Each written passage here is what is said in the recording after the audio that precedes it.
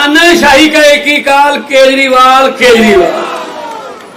जो तानाशाही देश में फैल रही थी, अब मैं उसके साथ थी लगाऊंगा, क्योंकि पहले 3 राउंड में, आपको खुशखबरी बता देता हूं, पहले 3 राउंड में मोदी जी को पता चल गया कि अब की बार 400 बार नहीं, बेड़ा पार भी नहीं।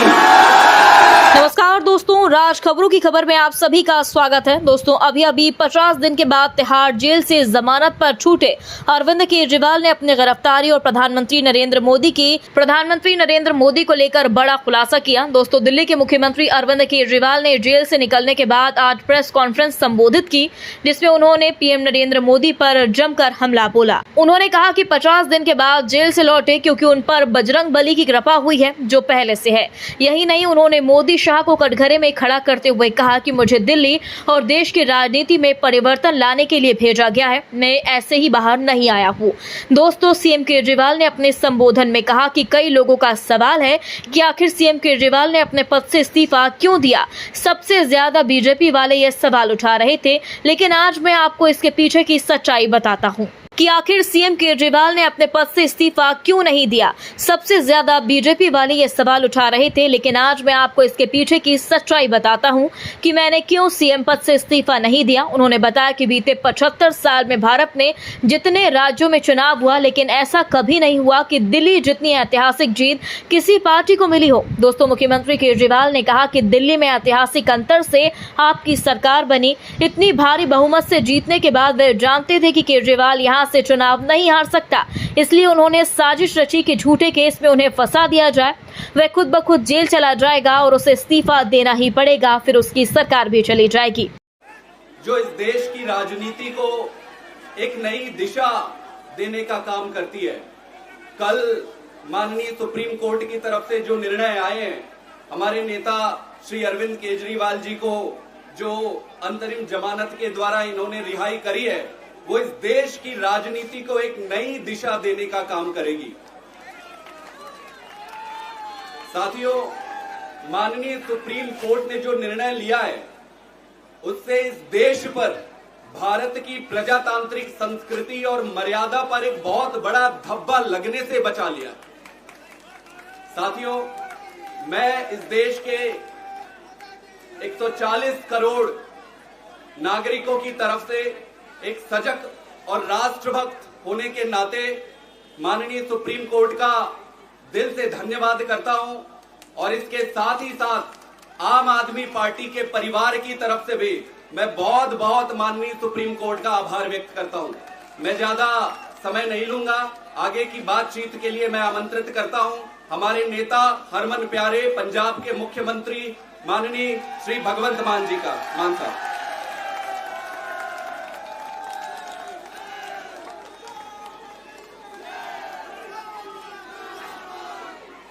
बहुत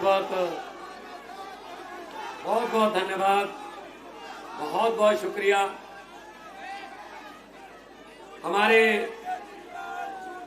अरविंद केजरीवाल साहब जो देश के सबसे लोकप्रिय नेता बन चुके हैं और आम आदमी पार्टी के सुप्रीमो हैं, दिल्ली के आपके चुने हुए मुख्यमंत्री हैं, उनके साथ जो हुआ सबने पूरे देश ने देखा। उसी सिलसिले में कल बाहर आए, जब उसी सिलसिले में आज प्रेस कॉन्फ्रेंस रखी थी, लेकिन ये प्रेस कॉन्फ्रेंस कहीं से भी लग नहीं रही है, ये तो एक रैली बन गई है, बहुत बड़ी जनसभा बन गई है। तो अरविंद जी, संजय सिंह जी, हमारी पूरी दिल्ली की लीडरशिप, कैबिनेट, सबका सबसे पहले बहुत बहुत आभार भी व्यक्त करता हूं। मुझे बुलाया, यहाँ मान सम्मान दिया, और सबसे ज्यादा धन्यवाद करता हूं दिल्ली के इन क्रांतिकारी लोगों का,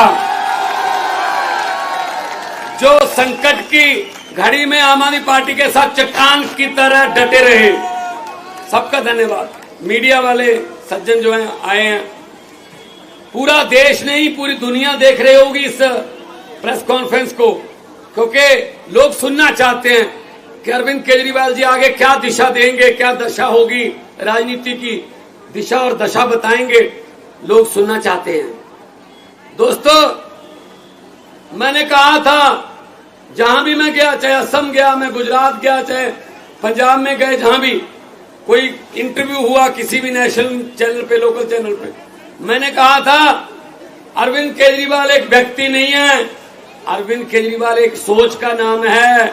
व्यक्ति को तो गिरफ्तार कर लोगे, सोच को कैसे गिरफ्तार करोगे?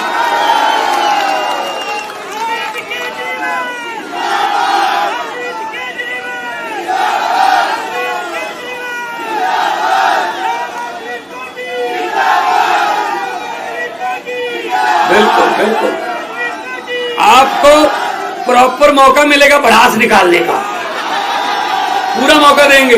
वो देखो कितना अच्छा नारा लिखा हुआ है, बीजेपी का बुरा हाल, बाहर आ गए केजरीवाल। आपका यूथ विंग है, उन्होंने लिखा है। सो दोस्तों, तानाशाही का एक ही काल, केजरीवाल केजरीवाल। जो तानाशाही देश में फैल रही थी, अब मैं उसके साथ फी लगाऊंगा, क्योंकि पहले 3 राउंड में, आपको खुशखबरी बता देता हूं, पहले 3 राउंड में मोदी जी को पता चल गया कि अब की बार 400 पार नहीं, बेड़ा पार भी नहीं। 400 पार तो दूर की बात है, बेड़ा पार नहीं हो रहा। इसीलिए भाषण की टोन बदल ली। ये नारा, ये इधर से महिला विंग की तरफ से नारा आ रहा है, सर 25 मई बीजेपी गई। क्या बात, अब ये टाइम तुम्हारा है, हम तो हर रोज बोलते रहते हैं, कोई बात नहीं। ये आपके दिल की भड़ास है असल में, जो आपने पीड़ा सही, जो आपके मन में रोष था कि अरविंद केजरीवाल को ऐसे, ये तो जो हमारा विरोधी भी है ना, उसने भी कहा यार जो मर्जी है, ये गलत कर रहे हैं, ये गलत हो रहा है। आप विपक्ष के नेताओं को अंदर करके जीतना चाहते हो, आप विपक्ष के नेताओं पर पर्चे करके, ईडी के छापे मार के जीतना चाहते हो, ऐसा नहीं होगा। जिस तरह से मुख्यमंत्री अरविंद केजरीवाल भाजपा और मोदी सरकार पर शेर की तरह दहाड़े मार रहे हैं, उस पर आपका क्या कहना है? कमेंट बॉक्स में हमें जरूर बताएं। यदि आपने अभी तक हमारे चैनल को सब्सक्राइब नहीं किया तो प्लीज बेल आइकन दबाकर अभी हमारे चैनल को सब्सक्राइब करें। अगली ताजा खबर के साथ हम जल्द ही आपके बीच हाजिर होंगे। तब तक के लिए नमस्कार, जय हिंद।